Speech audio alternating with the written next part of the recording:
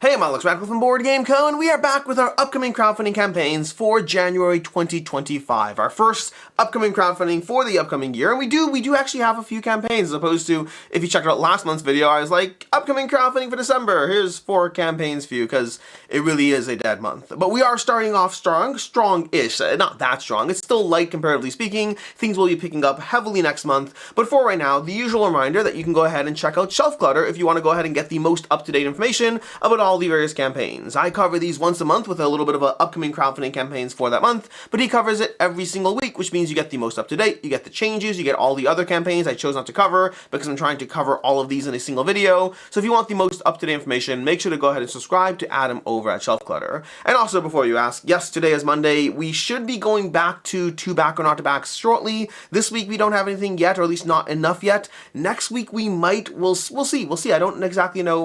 We'll start doing 2 back or not to backs. I'll start doing 2 back or not to backs when there are enough campaigns to cover in the 2 back or not to back series. But for this week, we have our upcoming crowdfunding campaigns for January 2025. With that, let's go ahead and start off. As usual, I'll be going over these in order of when they currently are coming out. So starting off strong, we have The Depths of the Abyss from Quasar Games, launching very shortly, 2 days from now, basically, or maybe a day from now, I can't even tell. But this is launching very, very soon. This is a strategic game where players embody themselves as leaders of powerful factions, gather resources, create new tactics, and uncover magical secrets. There's not a lot of information on the game right now. There's the board, there's miniatures, there's fighting against each other. There's not a lot of actual drill down information as far as what you're doing in this game. There is a video. The video doesn't tell me a lot, so it's coming up. They also had a thing, by the way, where the game was named Abyss, but it looks like they changed the name to The Depths of the Abyss, probably because there already is a board game called Abyss, so to avoid any potential conflict there.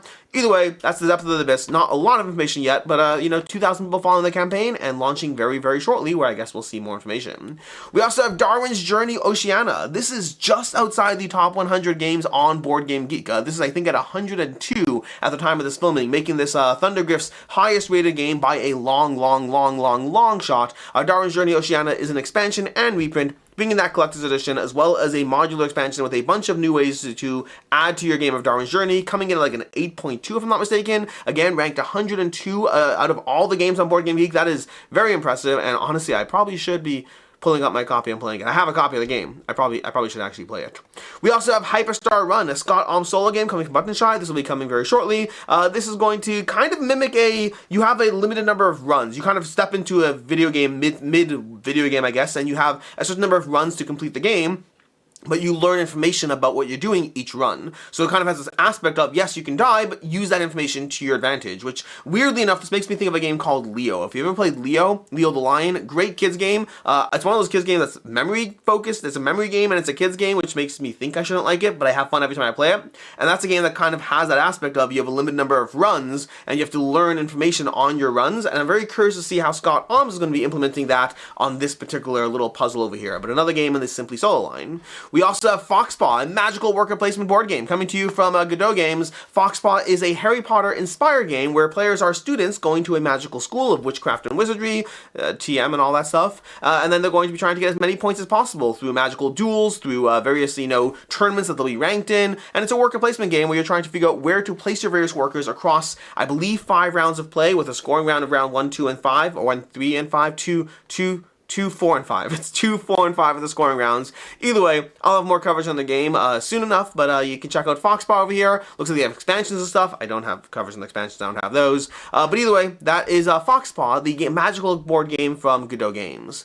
Then we have Batman Gotham City Chronicles Skyline Edition from Monolith. They're back with their Batman RPG with a chock-full ton of miniatures as well. I don't yet know if they'll be selling the Batman board game stuff. I imagine it's a good time to do so, but I don't know if they are. But there are a lot of miniatures. If you are an RPG fan, if you're a miniature fan, you're gonna have a whole lot of various content over here. It is funny though how far we've come, because it is at a point now where non-sculpted bases, some of these are sculpted, it looks like, some not so much, but non-sculpted bases look worse and worse as the years go on, as the standards change, which is what it is. But this is Monolith's Batman RPG. Before we dive further into it, we do have a word from our partner, Mint Mobile, because we have 2 or 3 days left to go ahead and get in on their holiday deal over here, in case you haven't already. I know the screen says 5 days, but that's because I'm recording this a few days before it actually ends. But Mint Mobile, I've partnered with them for over a year now at this point, and I partner with them because I am a customer of the service. I've been a customer for 6 months or whatever it is before they ever reached out to me. I use their plan, I like their plan saves me money, and it does so while being very, very easy to change. If you want premium wireless currently they have 2 offers for you actually. They have an offer for their 5GB plan where you get a month free, so it basically averages out to $10 a month for for their wireless plan with unlimited calls, texts, and all that, but 5GB data. Or alternatively, they have their unlimited plan for $15 a month for the first 3 months over there, which is a savings from their $30 a month normally. This is an opportunity to try out their service and see if it works for you. For me, it has worked great. For me, it has saved me money. I do recommend them. Make sure to use my link below so that they know that I sent you. Moving on over here, we have Iron Core from Magister Games. Iron Core, 12 days until this one launches. Iron Core is a thematic sandbox game where players are fighting for the most renown. There's different ways you can play it, different amounts you can play depending on the length of the game you're looking for. But it's going to take place in a post-apocalyptic world, have you wandering the map, engaging with various things, both peaceful and otherwise, as you try to get as many points as possible. We will have coverage on this game before the campaign, hopefully. We have Hearts of Iron, the board game. Hearts of Iron, the board game, coming to you from Steamforge. This is based on the video game Hearts of Iron, which is apparently very, very popular, but I've never actually played it. But a giant real-time strategy game. Is it real-time strategy? A giant strategy game. I don't know the exact... I've never played Hearts of Iron. I don't fully know. But we have 20,000 people following this campaign over here. This is going to be bringing Hearts of Iron to the tabletop, specifically in the Eastern Front or whatnot. I don't know, something like that. The Eastern Front is where this takes place. Yes, they have plans to hypothetically expand it and bring it out further, but whether you are a fan of Hearts of Iron, the video game, or whether you're a fan of this type of tabletop strategic board games in general, Steamforge Games is bringing this to your table, where you can take place in all kinds of alternate reality histories as you vie for control over these various regions across 6 rounds of play. You can take a look at the 2 updates over here. The updates on the campaign page right now give you good general designer diaries on the gameplay if you want to get a general sense, again, either as a fan of Hearts of Iron or someone new to it, if you want to get a better sense of what this game is doing. Both dev diaries did a good job of distilling, what the core way this game operates is, in case you're interested in finding out more. We also have Aventuria, the adventure board game, Chalice of Power and Curse of the Deserter over here. Curse of the Desert, not Deserter, Curse of the Desert. This is coming to you from Lucius Spiel. It's based on their Dark Eye, the something Auger. Their Sprachter Auger, I don't know. There's a very popular RPG line they have. Apparently the world's longest running living RPG setting, the Dark Eye from Ulysses Spill. But this is going to be bringing you a board game set in that universe, a board game card game where you're going to choose your hero, grab your decks, trust your dice, throw yourself into battle, level up, all of that. There's an epic campaign that you can go through with your friends and all that, as well as a solo campaign over here. The Curse of the Desert is going to give you a solo adventure, a single-player adventure to free the Callous Daughter from the palace full of mythical creatures and explore the remains of the ancient mage tower, etc., etc. That's basically what we got going over here, kind of an action-adventure card game-based RPG. We have Yomi 2 from Sirloin Games. Yomi is the epic rock, paper, scissors, but a whole lot more than that card game, in which players are going to be trying to read their opponent as they play cards to block, to throw, to attack, trying to read your opponent and then layering into combos if you manage to break through. The game has like 10 characters and whatnot. I don't know if this actually has 10 characters or 20 characters. I know there's a lot of characters in Yomi at this point. I don't know how many we'll have in this full box over here, but there's a whole lot of Yomi content at a variety of pledge levels in case you want to dive into the newest version of Yomi, and they also have a solo mode as well to go through in case you want to play solo or against another player.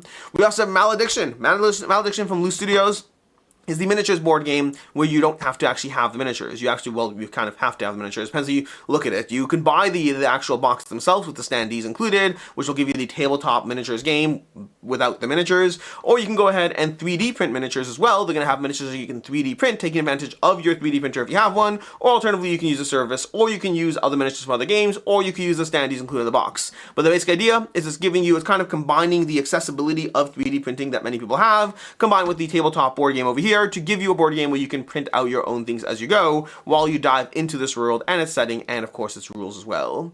We also have over here Massive Ryan Ad Astra, coming to you from Arkan Studios. Massive Ryan takes the video game, again another video game adaptation, but it takes the video game, brings it to a 4X experience in which you can go ahead and, well, do the 4Xs, expand, exterminate, the other X's too. Expand, exterminate, explore. What am I doing? Explore, expand, exploit, and exterminate. Those are the 4Xs. I do know the 4Xs, I just have to remember them. But either way, this is going to take you into Massive Ryan, diving you into the various races or factions you're used to if you've played that video game. Although again, this could be right for you whether you have played Massive Ryan or whether you haven't. It may be a game that you enjoy either way, but it gives you a 4X game in roughly 3 to 4 hours-ish. I'd say it really 2 to 4 hours, depending on the game length and the player count, and also how familiar you are with the game, as you wander around the galaxy, trying to build up your factions, gather technologies, take advantage of your highly asymmetric races. You can check out coverage on this channel, I believe coming tomorrow, tomorrow, as well as there's coverage out there already if you cannot wait till tomorrow.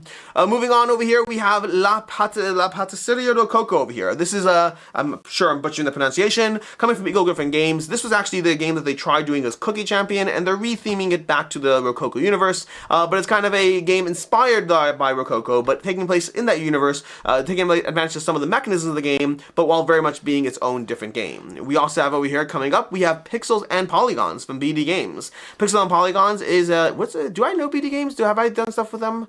What do they have? Oh, they've done Assault in Doomrock. Oh, I'm so much more excited for this now. I didn't realize that. I just realized the name looked familiar. Okay, that's cool. Basically, Pixels and Polygons, the reason I'm more excited, by the way, is because it's coming from an established creator, means there's a higher chance of things being a bit more streamlined. Nothing against indie creators, but I was very intrigued by this idea and this concept and the theme. I love all that, but coming from someone who's done board games before, it takes a little bit. Like, indie creators are great, but indie with experience means that this isn't their first learning project, so I'm even more excited about that.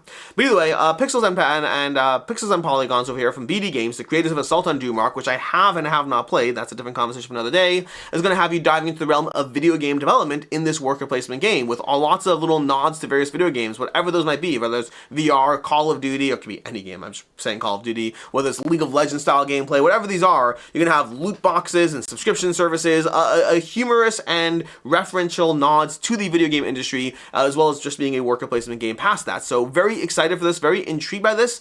Solo mode, supposedly, there's not a well-developed solo mode yet, but there are hypothetical plans to I should say plans. There's the hypothetical possibility that there might be a solo mode, but don't count on it just yet. Right now, solo would just be beating your own score. Nothing. It wouldn't be. It's not. No developed solo yet. But I am very interested in the game. The art looks beautiful. The production looks great. And now that I know it's coming from an established creator, I am even more excited for it. That's going to be Pixels and Polygons launching shortly.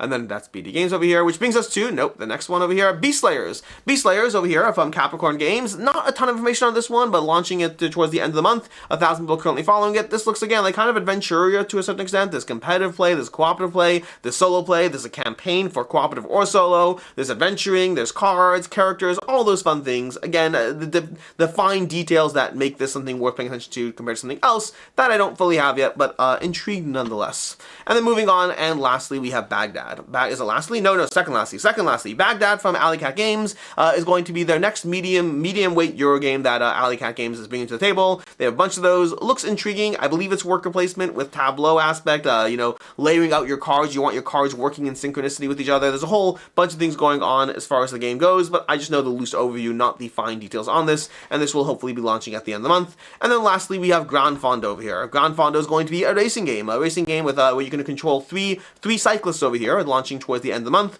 You're going to be controlling 3 different cyclists who are going at different speeds or whatnot, and again, more information will follow soon, so we don't have a lot of information yet. Which means, in this somewhat short video, like I said, this is longer than December's video, but it still is short as we get up to speed, for my picks of the month, the 3 games that I am most excited for, most interested in, going in rough order of interest, we have at number 3, we have Hearts of Iron. Hearts of Iron is from Steamforge, and I generally have enjoyed diving into their games, so I am intrigued by this. They specifically say this is not like a whole long campaign game, this is a single game, meant to be played in 3, maybe a little longer hours, but it's meant to be an absorbable game you can play across 6 rounds in one night. The theme doesn't do it for me, because I'm not into modern war themes, but I'm interested in their take on the general, 4X-ish genre. It's not really a 4X game, at least not from what I can see, but that kind of RTS genre, so I'm intrigued by this one.